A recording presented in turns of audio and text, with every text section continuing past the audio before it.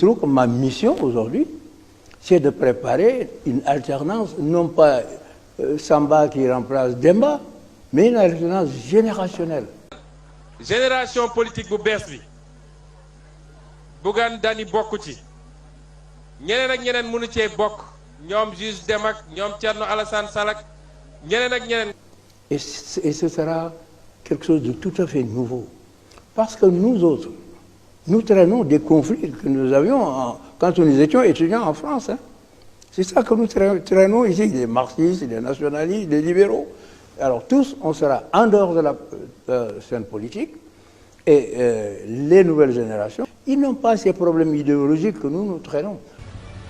Ñun gëmuñu doctrine yooyu pour plusieurs raisons. D'abord, ñun dañ ñoo andil ay affaire rek ne ñu lii mooy doctrine yi mais ñun lan mooy suñu doctrine bu ñu fenkal suñu bopp dañ ñoo andi rek ne ñu libéralisme moo fi nekk socialisme et cetera lu dul loolu amul doctrine mais doctrine yooyu c'est des vues de l'esprit.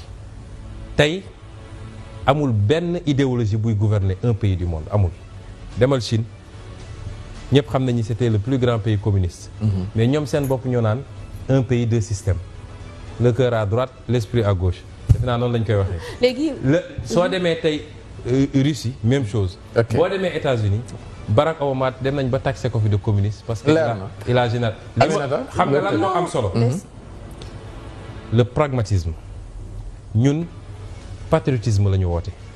lépp loo xam ne baax na pour le peuple sénégalais lépp quel que soit fu ñu ko mën a situer. leer na ñun loolu mooy suñu truc. Donc ce sera un autre Sénégal, un Sénégal de technocratie, de compétences, et non plus un Sénégal de gens qui font des discours politiques sans absolument aucun contenu.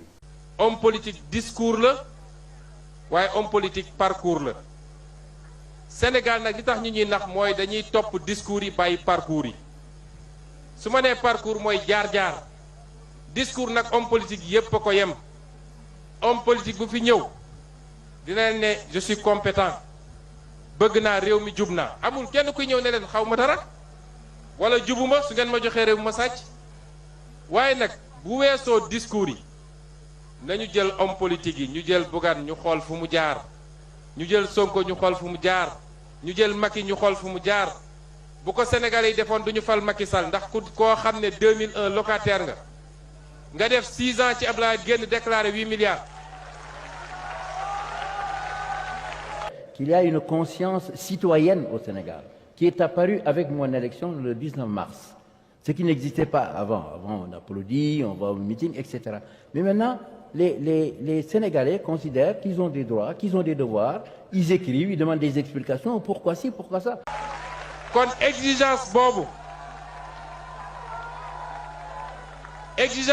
ñu war a am ñun ci ni ñuy tànnee parce que système bi professeur Malick Ndiaye tant que génn ñu ci système bi du ñu génn ci problème yi te su ma nee système bi nag yéen a ma ko gën a xam bëri na tey ñu samp ndënd di wax jox nañ leen fi seen chance gis nañ lu ñu def biir Sénégal sénégalais nañu gëm ni dafa jot ñu essayer leneen 15 millions de sénégalais lañ compétence manqué wu fi.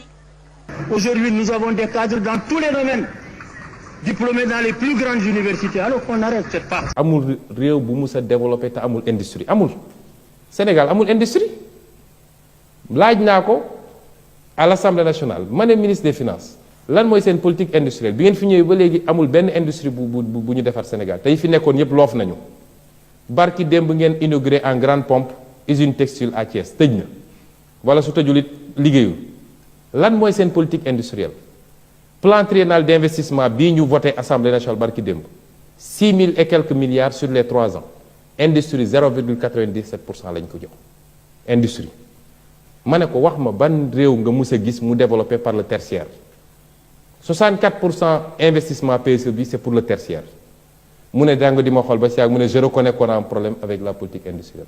C'est-à-dire aucune de nos industries aujourd'hui ne supporte la concurrence étrangère. La meilleure de nos entreprises a un marché de 300 ou 400 000, 500 000 consommateurs.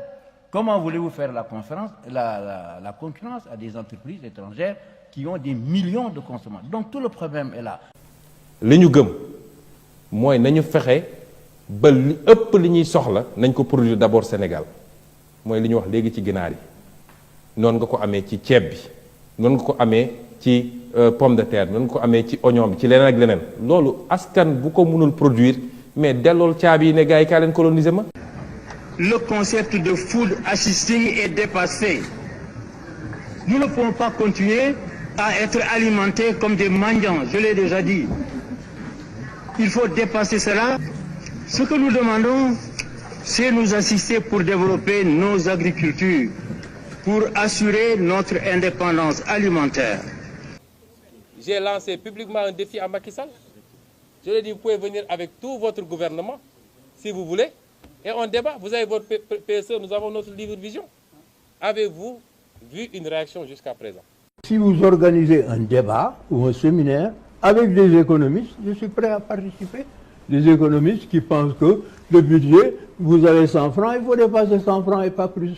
Ça ne signifie pas que parce qu'on a un taux de croissance de 2 chiffres, qu'on s'est développé. L'Afrique est sous-développée aujourd'hui, très en retard. Nous sommes le dernier des continents. Hein? À quoi ça nous sert d'avoir 5% de taux de croissance alors que l'Europe a 3 ou 4%? yàgg naa taxaw publiquement ne jàpp naa ni li ñu am ci président yépp moom Abdoulaye Wade moo ci gën te jëfam da koo wone ànduma ak moom ci lépp sénégalais yi bëri ànduñoo ak moom ci lépp looloo tax mu perte pouvoir en 2012 waaye au moins ci benn fànn boo xam ne ñun lu ñu ñor la mooy gëm sa bopp gëm sa réew bëgg sa réew patriotisme ci moom laa gisee président boo xam ne daan na taxaw jàkkaarloog tubaab yi jàkkaarloog étranger yi ne leen lii d'accord ma ko yéen parce que sama réew lii moo ci gën. Moi, je privilégie les intérêts du Sénégal. De façon qu'un jour, quand il y a des discussions, tout le monde saura que je défends les intérêts de mon pays, comme M. Jacques Chirac défend les intérêts de la France ou Léonard Jospin, ou M. Clinton les intérêts des États-Unis. Moi, je ne suis pas un frileux. Je reviens au machin, Wade ne doit pas se présenter. Pourquoi? Tous les Africains ont répondu à cette question-là. Parce que je suis un homme indépendant. Parce que je défends le Sénégal et je défends l'Afrique. Ils ne veulent pas de ça. Ils veulent ce que Senghor appelait le nègre de service. Et moi, je ne suis pas nègre de service. Voilà le problème. ki fi nekk lu mu def dàq nañu ay Sénégalais yi newoon ci port bi dàq na ay Sénégalais yi newoon ci aéroport bi delloo si na mais xool leen li mu def ci suñu pétrole man gëm naa ni ci acte yi ma gis loolu dama jàpp ni moom moo ci def loo xam ne mun nañ ne lii mun na méngoog ñun